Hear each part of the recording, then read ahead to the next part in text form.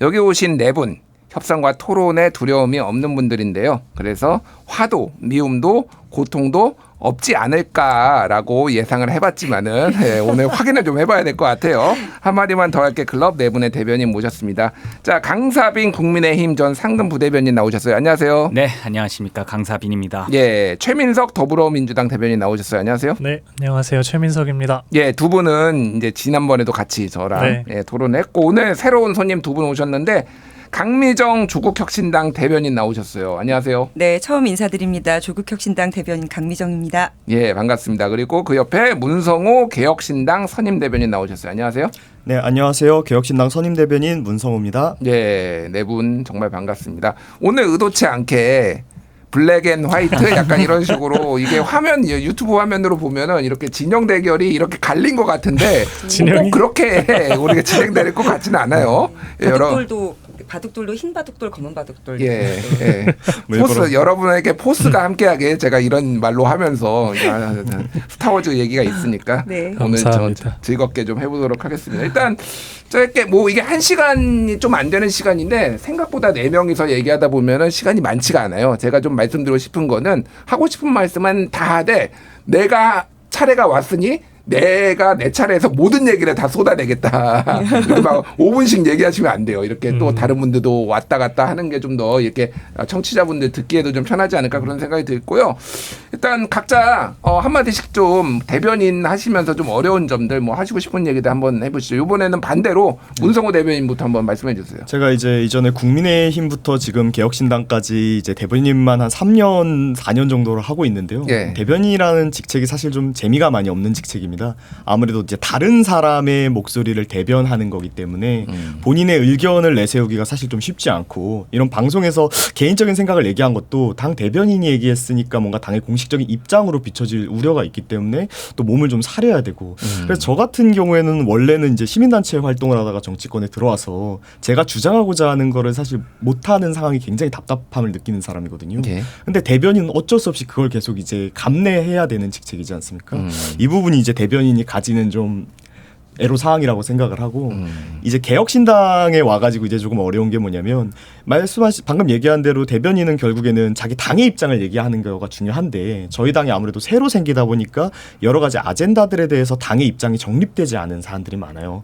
그럼 이걸 내가 좀 어떻게 알아서 맘대로 말할 수가 없다 보니까 원래 대변인이면 좀 이 부분에 대해서 개혁신당은 뭐 어떤 입장이 있습니까? 라고 했을 때 바로바로 나와줘야 되는데 아직 저희 당이 그 부분에 대해서는 입장이 없습니다라고 말하기가 어려워서 이런 부분이 조금 어려움이 있습니다. 뭐 여러모로 그러니까 전통이 오래된 정당이 아니다 보니까 그런 어려움이 있을 수 있다는 생각이 들고 그거는 뭐 그 옆에 계신 우리 강미전 대변인도 약간 비슷할 것 같아요. 좀 어떠십니까? 맹활약 하시는데요, 좀. 아니 문성호 그 개혁신당 선임 대변인께서는 그러면 당과 개인의 입장에 좀 괴리가 큰가요? 그렇지는 않는데 방금 이제 말씀드린 것처럼 정립되지 않은 게 있다 보니까 이거 같은 경우는 어쨌든 방송에 나와서 제가 답변을 해야 되는 입장인데 그래서 아무래도 지금 저희가 아주 당론으로 정해진 건 없고 제 개인의 생각으로 말씀드리겠습니다라고 한마디를 더 붙여야 되는 직책인 것 같아요. 대변인은 이런 상황이 있다는 걸 얘기 드린 겁니다.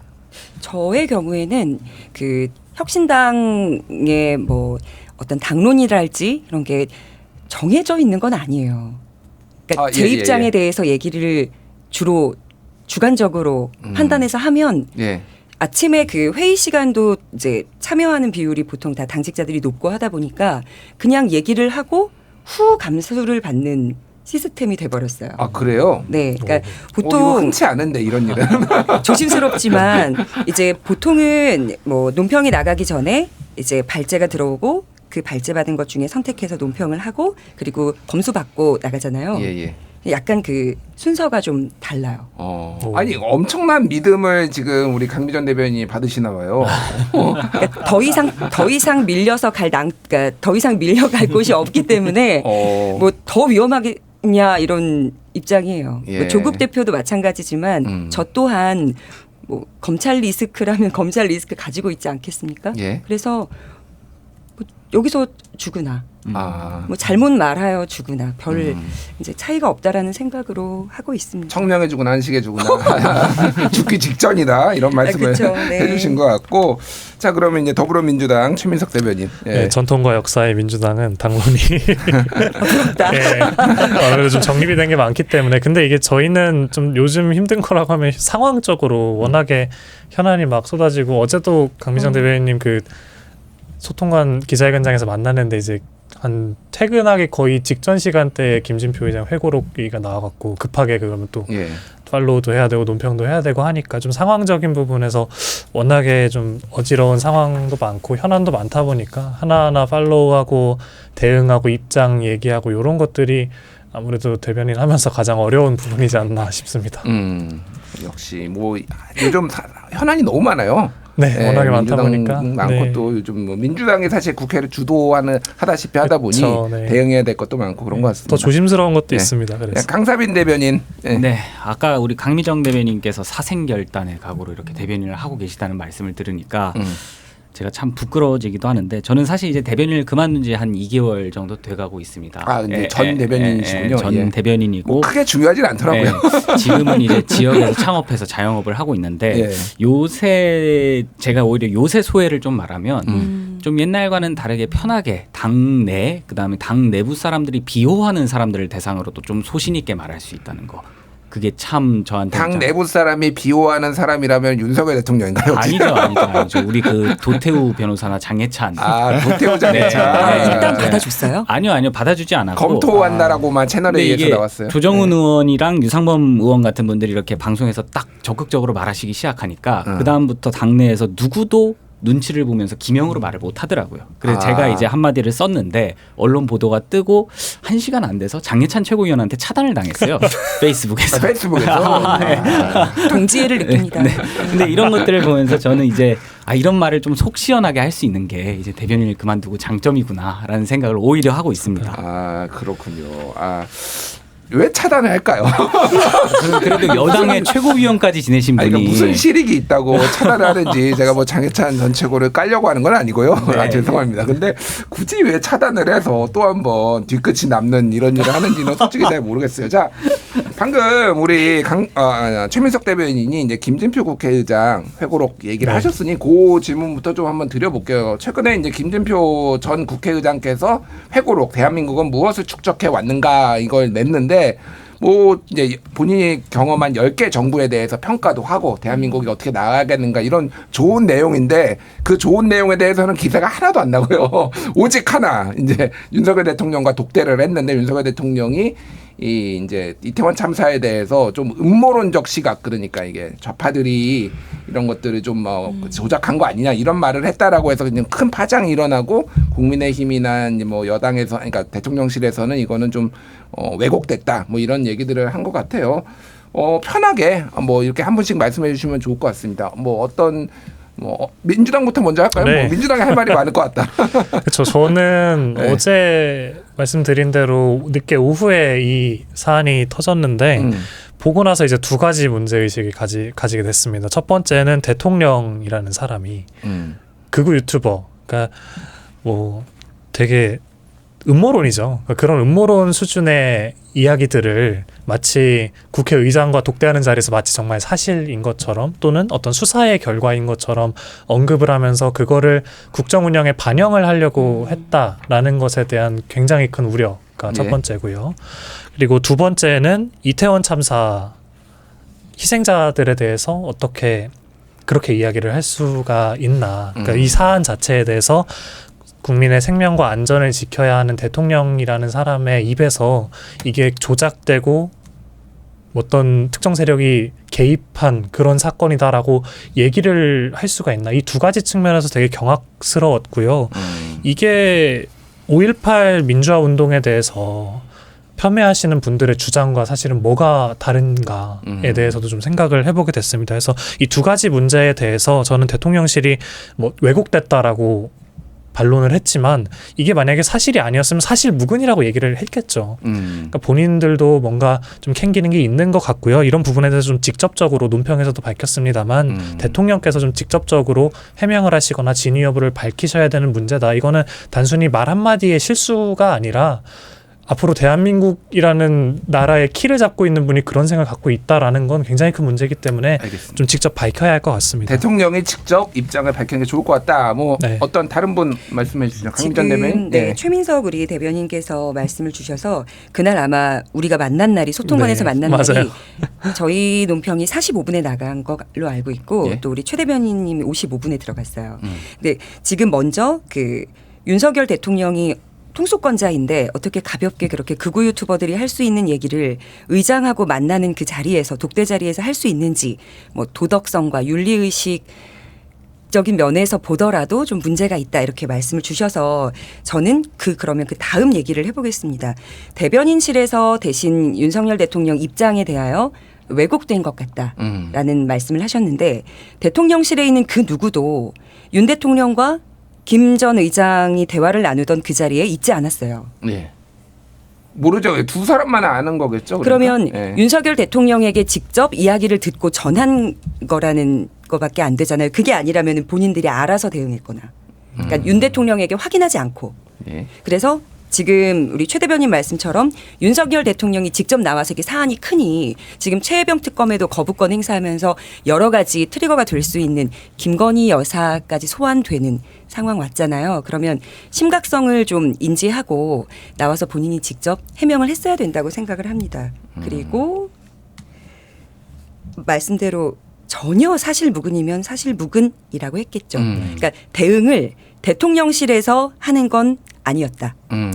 네. 그러니까 대통령실에서 하더라도 대통령한테 팩트나 뭐 이런 것들을 정확하게 확인을 하고 했었어야 되는데 지금 추론되기로는 네. 아직 확인이 안 된 거 아니냐 뭐 이렇게 지금 말씀하시는 거죠, 그러니까. 왜곡이야라는 얘기를 직접 윤 대통령이 했을까라는 생각이 든다는 그러니까 이거는 거죠. 이제 추론의 영역이고. 예, 추론입니다. 네, 그렇습니다. 여당 네, 강사빈 소속이니까 대변인. 조금 네. 말씀을 드려보면요. 일단 우리는 실체적인 진실들을 두고 조금 일단 먼저 이야기를 했으면 좋겠다라는 겁니다. 네. 사실 윤석열 대통령께서 어쨌거나 그 이태원 참사가 벌어진 이후에 대처를 보면 저는 유례 없이 조금 빠르게 그다음 국가 애도 기간까지 설정하면서 대통령이 할 수 있는 최선을 일단 다 했다. 당시 사고 수습 과정에서 할 수 있는 최선을 다 했다라는 진실은 한 가지로 두고 예. 그다음에 이제 김 전 의장과 이제 윤석열 대통령 사이의 독대에서 오호관 대화 같은 경우에 아직까지는 전원 단계지 않습니까? 그러니까 이런 얘기가 전해졌다. 그리고 지금 대통령실에서도 왜곡이 있다라고 말했지만 저는 추후 해명이 나올 거라고 지금 생각하고 있습니다. 그러니까 그 추후 해명까지 나오는 그 맥락들을 살펴보고 우리가 이 부분에 대해서 평에도 늦지 않다라고 생각을 하고요. 설령 지금도 뭐 많은 정당에서 논평들을 쏟아내고 있지만 이런 식의 취지, 그러니까 우리가 지금 이해하고 있는 취지가 그대로 실체적 진실로 인정이 된다면 그 부분에 대해서는 부적절한 말씀을 하셨다고 볼 수밖에 없겠죠. 근데 아직 지금 단계에서 그거에 대해서 뭐 가타부타 지금 강미정 대변인도 그렇고 우리 최민석 대변인님도 그렇고 말씀하시는 게 결국 다 추론 아닙니까? 예. 그러니까 이 단계에서는 지금 강하게 뭐 규탄하고 말하고 할 단계는 아니다. 결론적으로 두고 보면 제가 생각했을 때 뭐 다른 분들은 몰라도 이태원 참사 이후에 대통령의 대처는 그래도 전 정부나 이런 정부들 비교하면 훨씬 빨랐고 할 수 있는 최선을 다했다라고 생각을 한다라고 일단은 이태원 마무리를 참사와 요 발언은 좀 분리해서 그 참사 네. 수습 대응과 이 발언은 분리해서 보는 게 맞다라고 보고 아직 실체적 진실이 드러나지 않았다 이렇게 말씀하셨는데 그 사실 개인적으로 이게 실체적 진실이 드러날 수는 있을까 그 생각이 들어요. 왜냐하면은 두 명이서만 알고 있는 건데 이거에 대해서 뭐 정확하게 이렇다 저렇다라고 근데 얘기가 안 그렇다고 이제 나오면은 이 예, 한 예. 사람의 어떻게 보면 책에 쓴 내용, 그다음에 김진표 의장이 지금 그 이후에 기자들의 이런 질문이나 이런 거에 상상에 맡기겠다, 막 이런 식으로 대처를 하시잖아요. 뭐 상상에 맡기겠다라고 하신 건 아니고 더 이상 말을 붙이지는 않겠다. 네, 근데- 요거만 책으로만 얘기하겠다. 근데 이런 예, 예. 상황 속에서 저희가 지금 가타부타 하는 것 자체가 과연 이 진실을 쫓는 그 어떤 행위에 가까울까라는 생각을 계속 가지고 있다는 거죠. 뭐 진실은 기자들이 쫓는 거고 일단 평론을 하시기 바랍니다. 예. 세 분이 이제 좀 정갈하게 얘기를 해주셨으니까 예, 예. 저는 이제 좀 야사 얘기를 하자면 지금 예. 이제 김진표 회장이 이 들었다고 하는 그 시기가 제가 이제 국힘 대변인으로 활동할 때 그때 시기인 거잖아요. 그러시군요. 그렇죠. 왜냐하면 예, 예. 그때 이제 이태원 참사 얘기가 나왔을 때 뭐 정확하진 않지만 근데 이제 그 당시에 정말 뭐 다들 들어보셨겠지만 당내에 굉장히 파다했던 소문이 뭐냐면 대통령께서 이런 극우 유튜버 채널을 항상 자주 시청을 하신다. 그러면 틀어놓고 계신다. 이게 물론 이것도 진위로 확인할 수 없는 소문입니다만 이런 얘기들이 정말 많이 돌았어요. 그리고 저도 이제 그때 대변인 활동을 하면서 조금은 이해되지 않는 어떤 용산의 행보 이런 게 있었기 때문에 뭐 설마 그렇겠어 하면서도 또 어느 정도 좀 이렇게 재밌게 들었던 기억이 있는데 그래서 그 당시에 이제 좀 논란이 됐었던 것들이 많아요. 뭐 대통령 행사에 뭐 극우 유튜버의 친인척이 왜 뜬금없이 굉장히 높은 의전 서열로 이제 참석을 한다거나 이런 일들이 있었거든요. 예. 근데 본질적으로 이런 어떤 이것도 하나의 음모론인 거죠. 이런 음모론들이 저는 재생산되는 이유가 뭐냐면 대통령의 국정 운영을 사실 같은 당 국힘의 내부 정치인들마저도 이해하지 못하는 방향으로 나갈 때가 많았기 때문이에요. 그러니까 이해는 안 되니까 그 뒤에 뭔가 우리는 이해를 못하지만은 뭔가 이유가 있으니까 저렇게 한 거 아니겠냐. 예. 그러다 보니까 나오는 얘기가 뭐 극우 유튜버 채널을 왜 시청하신다더라. 그러다 보니까 그런 거 영향을 받으셔서 좀 바른 판단을 못 하신다더라. 이런 얘기가 도는 건데 저는 이런 추측을 함부로 하면 안 되지만 충분히 가능성이 있다라고 보는 게 대통령께서 비단 이런 사안뿐만이 아니라 좀 본인에게 싫은 소리 하는 걸 듣기 싫어하는 모습을 사실 많이 보이시잖아요. 예. 그러다 보면은 아무래도 좀 한 번 대통령께서 뭔가 머리에 박히게 되면 그게 아니라고 주변에서 이야기를 하기가 많이 어려워져요. 그러면은 이게 흔히 얘기하는 인적 이런 막에 쌓여서 그런 잘못된 방향성이 계속 강화되는 경우가 좀 있거든요. 이게 뭐 이제 앞으로 다음에도 얘기할 뭐 최상병 사건이나 이런 것도 저는 그러한 역에서 다 반로가 된 거라고 생각을 하거든요. 그러니까 이거의 본질은 이분께서 진짜 대통령께서 극우 유튜버의 무슨 음모론을 믿었다 안 믿었다가 아니라 대통령께서 당연히 완벽한 사람이 아닌데 항상 올바른 판단을 할 수는 없죠. 올바른 판단하지 못했을 때 주변 참모들이 그것을 바로 잡을 수 있는 환경이 갖추어지지 않았다. 이런 근본적인 문제가 있다는 거거든요. 참모들의 문제도 또 지적을 해주셨고 하나만 덧붙여도 될까요? 예. 그 대통령 지금 윤 대통령 스타일을 모두 다 파악을 좀 어느 정도 하셨을 것 같아서 만약에 정말로 왜곡이 됐다면 어떤 부분이 어떻게 왜곡됐는지 다 짚어서 발표했을 거예요. 그냥 뭉뚱그려서 추상적으로 왜곡되었다. 그럼 어디가 어떻게? 그리고 대통령실 입장을 보면 이상민 전 행안부 장관 죄송합니다. 지금도 행안부 장관이시죠. 행안부 장관의 거취에 대해서 논의한 부분은 왜곡했단 말이 없어요. 예. 그러면 김진표 전 의장이 회고록에 적었다는 그 내용 전체를 왜곡했다는 건지 왜 그럼 특별히 다 왜곡인지 행안부 장관에 대한 거취는 콕 집어서 또 말을 안 해요. 예. 그래서 지금까지 우리가 윤석열 대통령에게 음모론일 거야 했던 것들이 하나씩 확률적으로 다 진실로 드러나고 있는 부분들이 있지 않습니까? 어떤 그러면 부분이 진실로 드러났죠? 예를 들면 뭐 천공하고는 아무런 관계가 없다. 그냥 뭐 알고 지내는 분이다. 그분은 그런 분이 아니다. 라는 얘기를 처음에 대통령 출마하면서 이야기를 하셨던 걸로 기억을 하는데 이제 접촉점들이 드러나잖아요. 근데 그 접촉점을 진실과 연결할 수 있는 연결 근데요. 그러니까 이거는 너무 지역적인 부분으로 얘기가 가고요. 그게 너무 아픈 부분이었다면 제가 사과드리겠습니다. 이건 뭐 아픈 문제는 아닌 것 같아요. 잠시만요. 제가 아픈 문제는 아닙니다. 일단 최민석 대변인 짧게. 제가 짚을 부분은 대통령께서 천공이고 뭐 극우 유튜브든 뭐든 간에 이런 의혹이 나왔을 때 전 국민적인 의심을 받는다는 것 자체는 분명히 돌아보셔야 되는 문제입니다. 한 나라의 대통령인데 이런 말도 안 되는 의혹들을 했을 때 역풍이 불지 않고 그런가?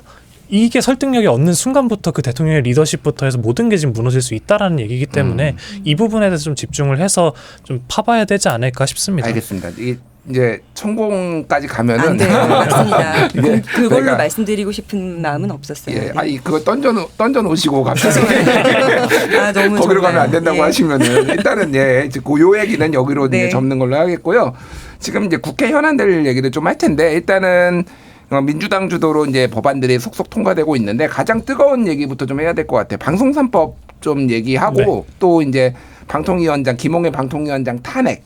요거는 또 각 정당마다 좀 입장이 미묘하게 다르기 때문에 게다가 그래서 이 얘기를 좀 해야 될 것 같은데 일단 방송 3법 제가 어제 이제 최민희 과방위원장 이제 전화로 인터뷰도 좀 하기도 했습니다. 그래서 제가 아쉬웠던 거는 이제 어쨌든 일방의 주장 최민희 의원의 주장이니까 특히 이제 국민의힘의 입장 뭐 이런 거를 제가 대신 전하기는 했지만은 좀 얘기도 듣고 그래야 될 것 같아요. 일단 먼저 강사빈 위원장 대변인 전 대변인께서는 이제 방송 3법에 대해서 좀 어떻게 평가를 하고 있고 그 민주당 주도로 지금 통과된 것들은 좀 어떻게 보시는지. 저는 그러니까 이 옛날부터 이 방송이나 아니면 이 미디어 그다음에 언론과 관련된 문제들은 이게 여야의 수 아니면 여야의 뭐 어떤 위치나 이런 거에 따라서 갈라질 게 아니라 예? 여당 야당과의 적절한 협치가 무조건적으로 필요한 사항이다라고 생각을 합니다. 그러니까 이 방송과 미디어는 우리 국민들의 앞으로 가지게 될 가치관이나 이런 거에 정말 크게 영향을 미칠 수 있는 분명한 여지가 있는 부분들 아닙니까? 예. 그런 부분들에 있어서 사실 지금 이제 제1당이 이렇게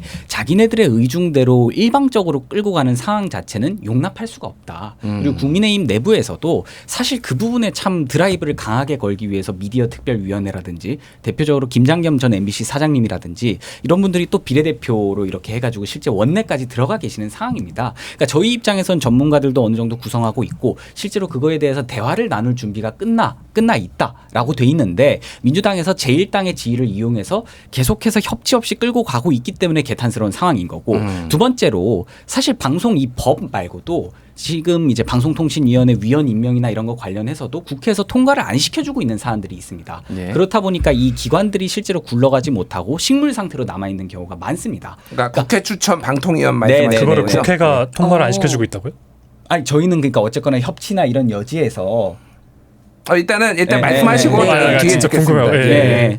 그런 상황에서 지금 애초에 우리가 여당의 지위에서 행할 수 있는 권리조차도 행하지 못하게 돼 있는 상황에서 이런 법안들까지도 저희가 협치 없이 이렇게 밀리게 된다면 저희가 오히려 저희한테 지지를 던져주신 국민들이나 아니면 전 국민을 어떻게 보면 낯이 없다라는 상황이라는 거죠.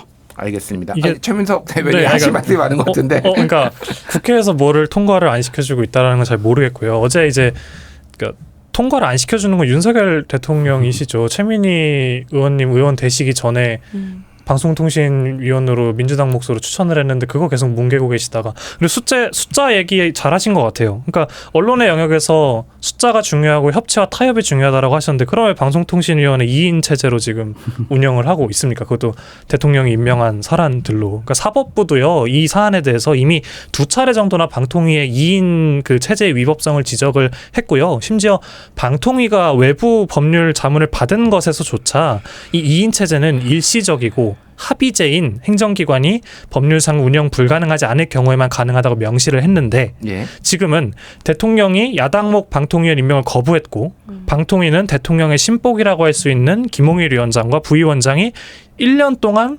113건 YTN 민영화 사안까지 포함을 해서 113건의 안건을 독단적으로 지금 처리를 했어요. 이게 그러면 외부 법률 자문에서 말한 일시적이고 합의제인 기구인 상황이라고 볼 수가 있을까요? 그러니까 지금 방송 3법은 그렇기 때문에 저희가 뭔가 방송을 막 이렇게 어떻게 하려는 그런 의도가 아니라 윤석열 정부에서 지금 방통위를 가지고 언론 탄압의 도구로 활용을 하고 있고 오늘도 지금 MBC 박문진 이사진 선임 계획안을 통과시켰지 않습니까? 예. 그런 것들을 막고 방송을 좀 더 국민의 것으로 돌려드리기 위해서도 필요하고요. 그리고 이 방송 3법 같은 거는 공영방송 이사진 얘기는 이전부터 개정의 필요성이 계속 언급이 돼 왔던 겁니다. 독일의 공영방송 재대표식으로 해야 된다.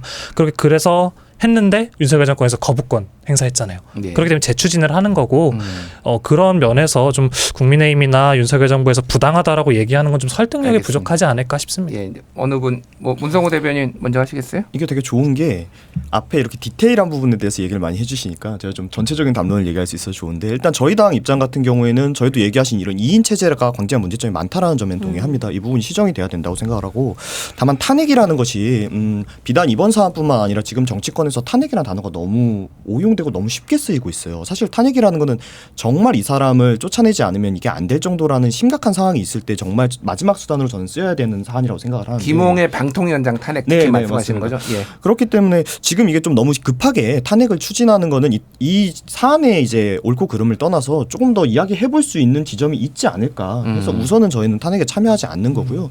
근데 이런 문제가 지금 결국 본질적으로 어떤 거라고 생각하냐면 저는 좀 급진적인 얘기를 드리자면 이건 제 개인 의견입니다. 개혁신당의 입장은 아니고요.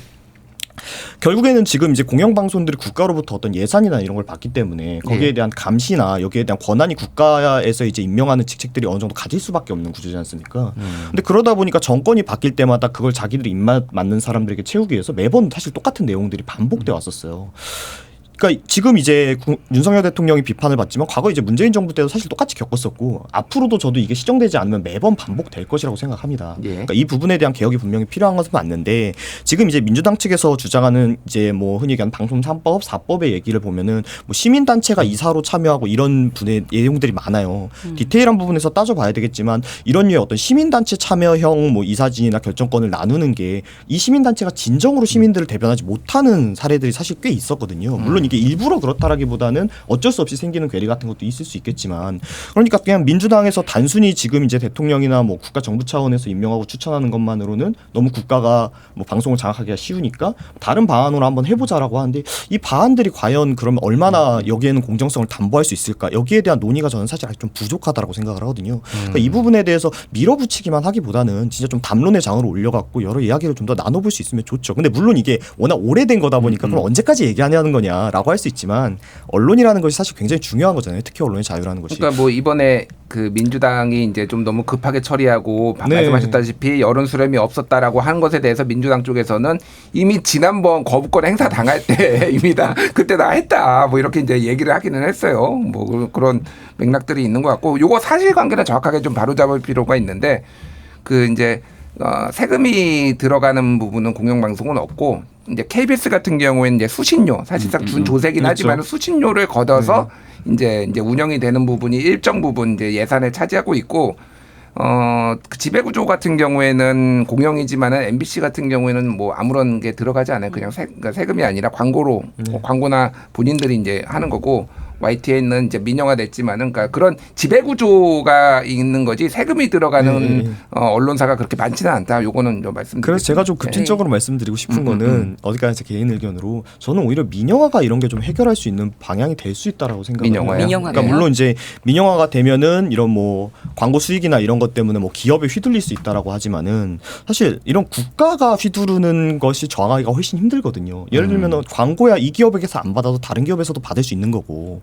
그렇기 때문에 저는 물론 민영화도 부작용이 있겠지만은 차선책으로 진짜 어떤 매번 정권이 바뀔 때마다 이 언론 장악을 가지고 투닥투닥 거리는 모습을 보이지 않는 데에는 하나의 대안으로 저는 논의될 수 있다. 이렇게 개인적으로 마지막으로 제가 알겠습니다. 사실 이게 일단, 항상 네.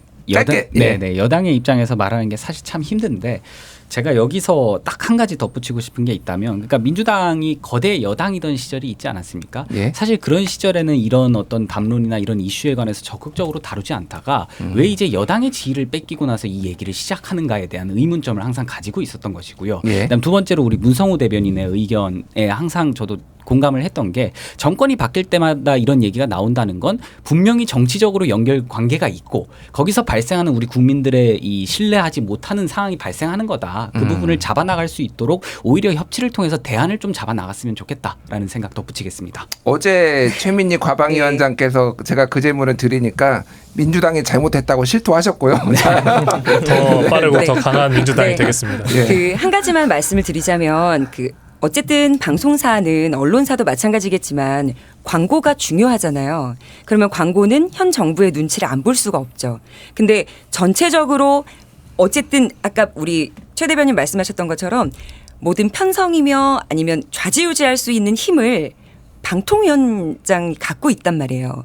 근데 우리는 또 이걸 다 의심이라고 하실 수 있겠지만 김홍일 방통위원장은 윤석열 대통령의 선배 검사였어요.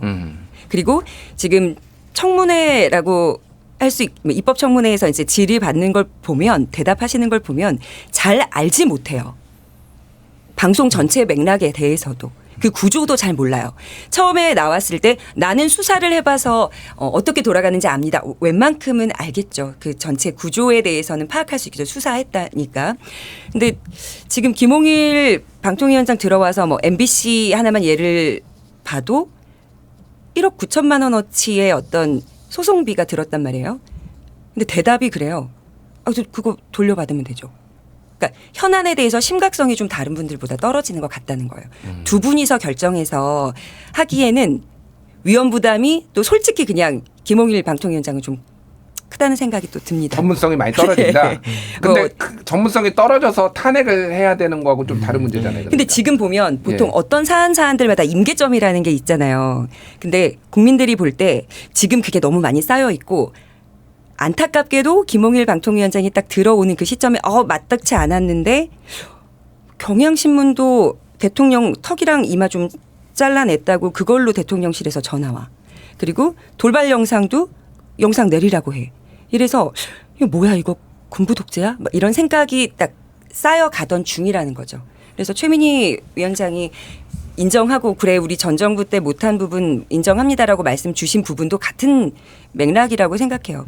임계점이 다가오다가 지금 그 크리티컬 포인트에 딱 찍힌 거라고 생각합니다. 그리고 탄핵은 단순히 뭐 네, 무능 일단 때문이 아니라 최민희 직권 작가님. 남용 2인 체제를 지금 불법적으로 강행을 하고 있다라는 지점을 하나로 잡아갖고 이제 저희가 탄핵을 추진을 한 거고요. 네, 그러니까 정확하게는 이제 정확하게는. 합의제로 네. 5명이서 운영되어야 되는데 네, 이거를 맞습니다. 독임제로 네. 독단적으로 이렇게 하는 것 자체가 이 설립 취지를 이제 그러니까 어긋나는 거다. 무능하고 이렇게. 이런 거 다 인정을 하지만 그것만으로는 사실 탄핵이 예. 어렵기 때문에 직권남용으로 했다를 좀 말씀드리고 싶었습니다. 저도 조금 얹으면 제가 제 평소에 개인 지론을 얘기하다 보니까 어쩌다 보니까 정부 측 입장을 조금 대변하게 됐는데 예. 방금 이제 얘기해 주신 것처럼 실제로 정부에서 이런 언론이나 기자들에 관련해서 좀 얘기하셨던 것처럼 뭐 과도하게 좀 항의를 한다거나 이런 부분이 있었던 것을 제가 이제 많이 저도 겪었고 뭐 여러 가지 있었지 않습니까? 뭐 MBC 기자들 네. 전용기에 안 태운다거나 아니면은 뭐 저만 해도 대통령 그 당시에 이제 국힘 여당 이제 패널을 달고서 대통령을 비판한 얘기를 했다고 뭐 흔히 얘기하는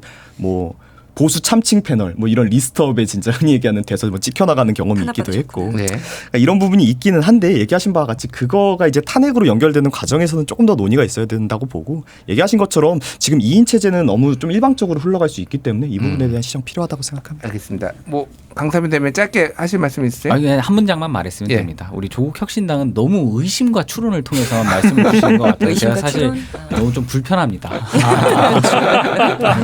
자, 불편함도 같이 대화를 통해서 좀 이겨내는 에휴, 방송이 우리가 되면 뭐 아무것도 좋겠고요. 뭐 없이 예. 의심과 추론하겠습니까? 알겠습니다. 네. 예, 그것도 다뤄야 될 주제가 있으니까 네. 다음 주제로 넘어갈게요. 이제 최상병 특검, 최혜병 특검법 얘기를 할 텐데 뭐 얘기를 하려고 하면은 밑도 끝도 없고 한도 끝도 없으니까 제가 이렇게 질문을 좀 드려볼게요. 민주당 안도 있고 이를테면 천하람 원내대표가 중재안도 냈고 그리고 한동훈 전 비대위원장 후보가 국민의힘이 주도해가지고 제3기관이 추천하는 특검을 추천하는 걸로 해보겠다 뭐 이런 식으로 얘기가 나왔어요. 제가 이제 각단에 드리고 싶은 거는 어떻게 이거를 해결을 하는 게 좋겠냐. 어떤 식으로 이 문제를 해결하면 좋겠냐라는 거. 그러니까 뭐 옳고 그르고 그게 아니라 해결은 해야 되잖아요. 그러니까 이거를 지금 이게 왜냐하면 대통령이 또 거부권 행사할 가능성이 상당히 높고 언제까지 이제 이 문제를 가지고 민주당은 그러면 또 이름 바꿔가지고 또 이제 법안 뭐 하나 글자 몇 개 넣은 다음에 또 이제 발의를 할 테고 뭐 이게 무한 도돌이표가 될 가능성이 상당히 높아 보이는데 여기에 계신 훌륭한 대변인 분들이 해법을 좀 각자 그러니까 본인의 입장도 녹이면서 당의 입장도 대변하면서 좀 해보시면 어떨까 그 생각이 들어요. 요거는 먼저 문성호 대변인부터 한번. 뭐 저희야 이제 저희 천하람 의원이 낸 입장이라서가 아니라 저도 여기서 이제 좀 중재안에서 동의를 했던 부분이 뭐냐면 저는 일단은 최상호 특검 필요하다라고 생각합니다. 예. 이제 공수처가 나름 수사를 잘 하고 있긴 하지만 지금 이 수사가 사실 대통령을 향해 확대되어 갈 수밖에 없는 구조라고 저는 생각을 하거든요. 실제적인 진실에 다가갈수록 그렇다면 이제 그렇게 되었을 때 공수처가 지금처럼 수사를 과연 할 수 있을 것인가에 대한 우려는 또 충분히 있을 수도 있다고 보기 때문에 뭐 공수처는 공수처대로 열심히 하고 특검법도 저는 필요하다라고 생각을 합니다. 다만 이제 뭐 국민들 중에서도 있으시고 또 국힘 내부에서도 사실 최상병 특검에 어느 정도 마음속으로는 동의하시는 분들도 우려가 되는 게 있을 거예요. 뭐냐면 이게 일종의 민주당이 이 특검을 어떤 전가의 보도처럼 전국이 이제 본인들에게 뭔가 불리한 이슈가 있을 때마다 브리핑으로 꺼나가지고 하나씩 터트리면서 기자들에게 언론전을 하고 이런 식으로 해서 일종의 진짜 실체적인 진실에 접근해서 이 최상병 사건의 책임자들을 처벌하는 것이 아니라 오히려 질질질 끌면서 이것을 국정 전환용으로만 사용하지 않을까 이런 우려를 가지고 있는 사람들도 있거든요. 그러니까 브리핑 같은 경우를 이제 정확하게 그냥 처음부터 날짜를 딱 정해놔서 이때 중간 보고 한번 하고 이 다음에 2차 보고하고 3차 보고하고 결론 내자. 이걸 우리가 따로 무슨 사안이 있다라고 해도 그거를 일방적으로만 공개하지는 말고. 그러니까 천하람 원내대표가 제안한 네. 그거랑 거의 이제 그렇죠. 비슷한 맥락이네요. 그러니까 저도 예. 그게 좋다라고 생각을 합니다. 그러면은 그렇다면은 실제로 지금 저는 대통령이 이걸 거의 무조건 거부권을 행사할 거라고 생각을 하고 지금 국민의힘 체제상 대통령이 거부권을 행사했는데 반란포가 나오기 쉽지 않거든요. 그렇다면은 저는 저쪽에도 명분을 좀 줘야 된다라고 생각을 해요. 그래야지 저쪽에서도 어떤 뭐 한동훈 장관의 진정성은 얼마인지 모르겠지만 또 본인은 특검 찬성한다는 식으로 얘기를 했지 않습니까? 그럼 본인이 그거를 그 말이 진정성 있는 말씀이었다고 하면은 본인이 이제 유력 주자인 만큼 자기 당내 한 8명, 9명 정도 설득을 하셔야 되는데 그래도 그분한테 뭐 설득할 수 있는 뭘 좀 쥐어드려야 그분도 가서 실제로 설득을 안 하시겠지만 뭐 이렇게 해 오시지 않겠습니까? 근데 뭐 그거는 일단 당 대표가 된 다음에 또 얘기니까 그건 또 다른 이제 왜냐면은 이제 지금 타임라인이 지금 현재 민주당이 추진하고 있는 거는 7월 초에 이제 네, 맞습니다. 가고. 그러니까 전당대회 전에 이미 거부권 행사와 재투표가 이루어지고 그 이후에 또 다시 한번 이루어질 거라서 그러니까 한동훈 장관이 이유가- 당대표 되고 나면이 아니라 지금 하시라고 말씀을 드리는 지금 겁니다. 하시라고. 그건 동의해요. 이거는 지금 하시라고 동의하죠. 말씀을 그러니까 네, 이게 최 대변인 빨리 예. 가야 하는 이유가요. 지금 통신기록 보존이 얼마 남지가 않았기 때문에 저희가 네. 좀 빨리 추진을 해야 되는 건 사실 이것도 조금 늦은 거예요. 그래서 좀 빨리 해야 된다. 그래서 이런 측면에서 봤을 때 저는 한동훈 후보가 말한 특검 그 대안은 사실상 뭐 하기 싫다는 얘기. 근데 이제 국민적인 여론은 높으니까 어느 정도 하는 척은 해야 되는데 약간 본인의 개인적인 그런 특징이 나오신 것 같은데, 그러니까 대법원장이 추천권을 갖는 게 골자예요. 근데 삼권 분립의 원칙상 재판을 하는 사법부의 주장이 소추 기관을 선정하는 건 권력 분립에 좀 위반이 될 수도 있고요. 그리고 현재 대법원장이 윤석열 대통령이 임명한 사람입니다. 네. 그렇기 때문에 정치적인 중립성을 담보하기도 어려울 거고요. 그리고 천하람 의원님이 제시한 특검법도 잘 봤는데요.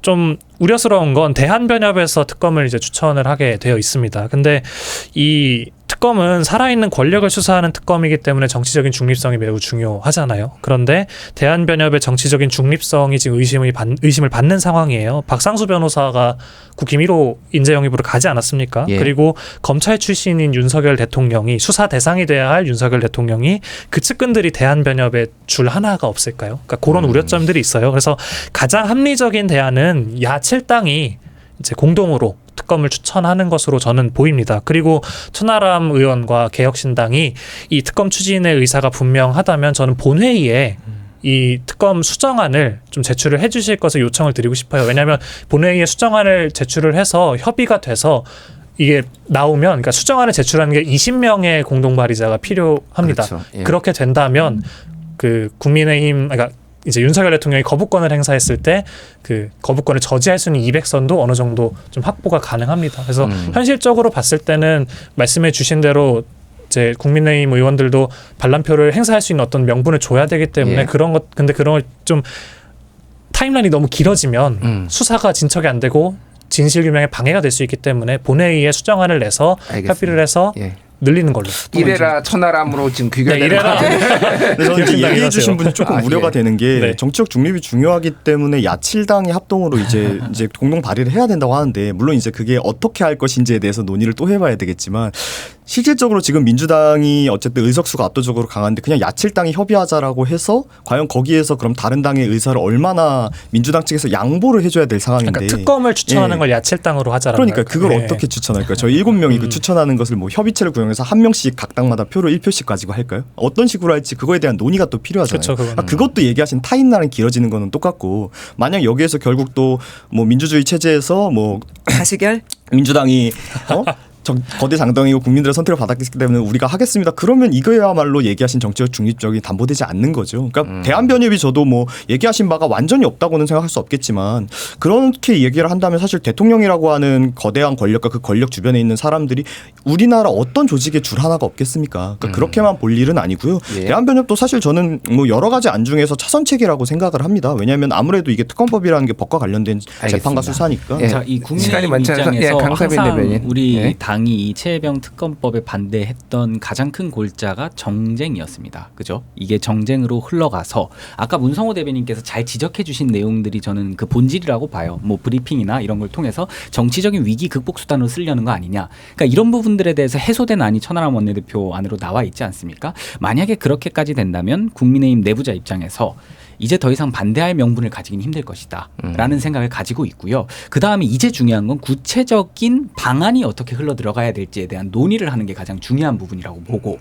그다음에 세 번째로 제가 언급하고 싶은 건 이건 조금 이제 제 개인 의견이지만 저는 이 길어지는 최혜병 이 특검법 이슈를 보면서 조금 우려스러운 게 최근 군대 내에서 정말 억울한 죽음들이 많이 발생하고 있지 않습니까? 네. 뭔가 거기서 경중을 따지게 되는 느낌이 들어서 저는 조금 우려되는 부분이 있었습니다. 그래서 만약에 이건 제 개인 강사빈이 제안을 해보자면 차라리 정말 특검법을 제대로 이렇게 여야에서 같이 합의해서 뭐 천하람 원내대표 안이 됐든 뭐가 됐든 준비를 할 거면 이런 이슈를 한 번에 다 묶어서 정말 국민들의 공분을 사고 있는 이 나라를 지키러 갔다가 안타까운 죽음을 당하신 분들 모두 한번 이렇게 마련해보는 자리를 그냥 차라리 가져보면 다 어떨까. 묶어서 전부 특검으로 하자고. 저는 하자고 오히려 하신 그런 거예요? 생각을 예. 이제 청년 개인 강사빈으로서 제안을 드리고 싶은 그러니까 거고. 예를 들면 지금 훈련병, 네네. 훈련병 그 사망한 것도 특검으로 그렇죠, 가자. 그렇죠, 오히려 그렇죠. 너무 특검이 근데 그거는 정말 특검 드는 거 아닌가요? 근데 늦어요. 오히려 이게 그러니까 예. 제 다 늦어요, 입장에서는 그러면. 이게 다 뭐 정쟁이니 뭐니 이렇게 흘러가고 그 이슈가 생기는 것보다도 정말 저는 왜냐면 이 최혜병 특검법을 보면서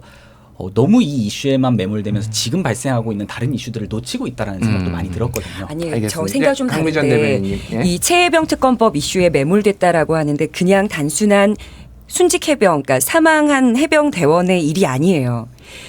다른 사건들도 물론 정말로 우리가 외면하면 안 되고 또 죽음 앞에서 어떤 경중을 따져서도 안 돼요. 그런데 지금 이 최혜병 사건의 경우에는 수사 외압이 들어갔다. 그리고 그 정황 증거들이 다 나왔고 그리고 어찌 됐든 비선이 혹시 거기에 목소리가 얹혀진 거 아닌가라는 이건 의혹을 넣으면서 지금 JTBC 단독 보도 보면 SNS에 골프장 뭐 예약 잡고 사단장이 거기에 가네 안 가네 이런 걸 국민들이 먼저 다 알고 분노하고 있잖아요. 그러면 정부에서 이 목소리를 먼저 듣고 국민들의 뭐 입장 표명이 나오기 전에 사실 수사가 먼저 이루어졌어야 돼요. 왜 갑자기 개입하지 말아야 될 대통령실 대통령 국방부에 전화해서 이첩시키고 그러니까 이 전체적인 하나의 사건으로 보면 최혜병의 죽음이지만 이 죽음에 놓여서 관계자들이 어떻게 얽히고 어떻게 목소리가 들어가고 직권이 어떻게 남용되는가를 정말 적나라하게 보여주는 대표적인 사례이기 때문에 그 이상의 중요도가 있는 사건이 아닌가 그러니까 그러니까 그건 수사 아까 외압 제가- 잠깐만요. 그렇죠. 그러니까 우리 강미전 대변인께서 말씀하신 거는 지금 어쨌든 이 초점을 왜 회수가 돼야만 네. 했고 왜 임성근을 구해야만 됐는지에 대한 수사 외압에 대해서 지금 좀 더 포커스를 맞춰야 된다. 뭐 이런 말씀하시는 거죠, 그러니까. 그렇죠. 예. 그러니까 우리가 그냥 뭐 다들 쉽게 요즘 뭐 사암절로 얘기하는 뭐 국정농단이네 아니면 수사 외압이네 대통령의 경로 한 번으로 모든 것이 다 엉망이 되었다는 박정훈 대령의 입법청문회에서의 어떤 발언도 있었지 않습니까? 물론 어떤 죽음이 뭐 무겁고 가볍고는 없어요. 알겠습니다. 네, 예, 예. 저는 그 뜻입니다. 알겠습니다. 하시려고는 말씀. 네네네. 강사님 어쨌거나 대변인. 그러니까 예. 저희 입장에선 기본 수사 프로세스가 진행되고 있는데 이 수사를 못 믿겠다 싶어가지고 특검으로 넘기려는 거 아닙니까? 예. 특검으로 넘기려면 아까 이제 문성호 대변인도 언급 잘해주신 것처럼 이 정치적 중립성을 어느 정도 담보할 수 있고 그다음에 이 정쟁으로 흘러가지 않을 여지를 만들어 놓으면 제가 그러니까 기본적으로 말씀드렸던 건 우리도 특검을 반대할 이유가 없다. 근데 여기서 뭐 한동훈 후보가 말씀하시는 거는 사실 아까 말씀하신 것처럼 타임라인이나 이런 거 상 많이 듣고요. 그러니까 그 안으로 빨리 그냥 협의가 이루어지는 게 맞다라고 본 거고 그 이후에 제 추가 의견으로 다른 말씀을 드린 겁니다. 그러면 네, 국민의힘에서는 이 지금 제2 거부권까지 올 만큼 시간을 너무 많이 끌었어요. 이거 투표하는데 다 나가버렸잖아요. 그러면은 국민들이 그 뜻을 어떻게 정말 순수하게 받아들일 수는 그러니까 없을 것 천하람 같아요. 원내대표나 이런 분들은 어쨌거나 중재안을 마련하고 그러니까 어떤 그 장치들 우리가 우려하고 있는 정쟁으로 흘러가게 되는 그 장치들을 마련하려고 노력하고 있지 않습니까? 근데 민주당이나 조국혁신당 같은 경우에는 그 부분보다 단순히 대통령실을 향한 공격으로 일관하기 때문에 저희가 받아들이기가 어려웠던 부분들이 있었던 거다. 공격 받을 만하죠. 근데 저는 조금 이제 아쉬운 게 이제 네. 민주당이 물론 뭐 이런 거는 어쩔 수 없이 그렇게 흘러가는 게 있지만 얘기하신 바와 같이 이 최혜병 사건 같은 경우에 이 최혜병의 억울한 죽음에 대한 진실을 규명하는 것이 목적이고 그걸 이제 대통령의 외압이나 이런 것이 지금 있는 정황이 있어서 막히고 있기 때문에 특검이 필요한 건데 단순히 이게 대통령이 이걸 막아섰기 때문에 뭔가 집중적으로 한다라는 느낌을 좀 받을 때가 종종 있거든요. 예를 드신 것과 같이 12사단 훈련병 사건에 대해서도 이것도 지금 굉장히 큰 심각한 문제입니다. 가혹행위로 인한 치사란 말이에요. 그런데 여기에 대해서 지금 수사 과정에서 여기에서도 뭐 대통령만큼 생각할 만큼 뭐 거대한 권력의 외압은 아니지만 그 군 내부에서 은폐 시도나 이런 정황들이 나오고 있어요. 근데 민주당에서 여기에 대한 목소리가 너무 안 나와요. 왜냐하면 뭐 조국혁신당은 좀 억울한데요. 아니 제가 왜냐하면 관련해서 논평을 물론 말은 열심히 개를 쓰고 냈는데. 계시지만 열심히 쓰고 계시지만 전혀 안 나온다는 실제로 건, 민주당에서 이것을 주요 담론으로 저는 올리지 않는 것이 굉장히 안타까워. 왜냐하면 민주당은 지금 제1당이고 과반을 넘는 이제 거대 당이지 않습니까? 그만큼 책임이 저는 더 크다고 생각하고 여러 이슈에도 좀 조망을 해야 된다고 생각하는데 이게 동시에 조망을 하면 좀 흐려진다고 그러니까 이게 생각하시는지. 단순히 권력자가 개입한 이슈여서 대통령이 개입한 이슈여서 저희가 집중을 한다기보다는 그 대통령의 핵심 피의자이기 때문에 이 이슈에 더 집중을 할 수밖에 없는 겁니다. 왜냐하면 그 핵심 피의자가 자신의 혐의를 없애기 위해서 무엇이든지 할 수 있는 권력을 가진 자이기 때문이죠. 물론 말씀해주신 12사단 훈련병 사태나 그 외에 지금 또 발생한 여러 가지 군 내 사망 사고들 지난달에만 5분이 돌아가셨거든요. 네. 예. 이것 역시도 저희가